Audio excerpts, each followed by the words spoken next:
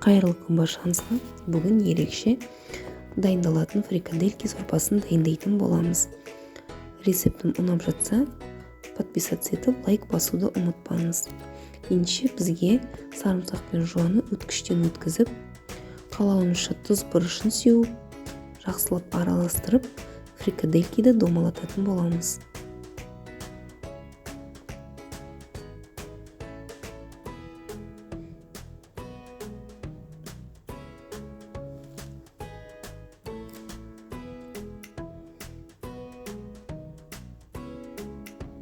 Картошкамыз бен сәбізімізді ұсақтап турап, қайнап жатқан суымызға салып қайнатамыз. Кейін ұнымызға су мен тұзды қосып, қамыр илейтін боламыз. Қамырымыздың иін қандырып, салфанға салып қоямыз.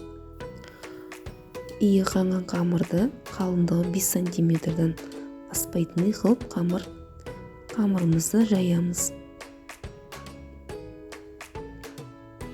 Осындай торттың насаткасымен немесе басқа да насаткаларыңызбен осылай дөңгелетіп ойып шығасыз наныңызды.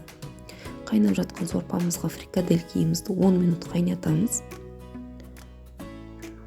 Болған соң қамырымызды салып 10 минут қайнатамыз.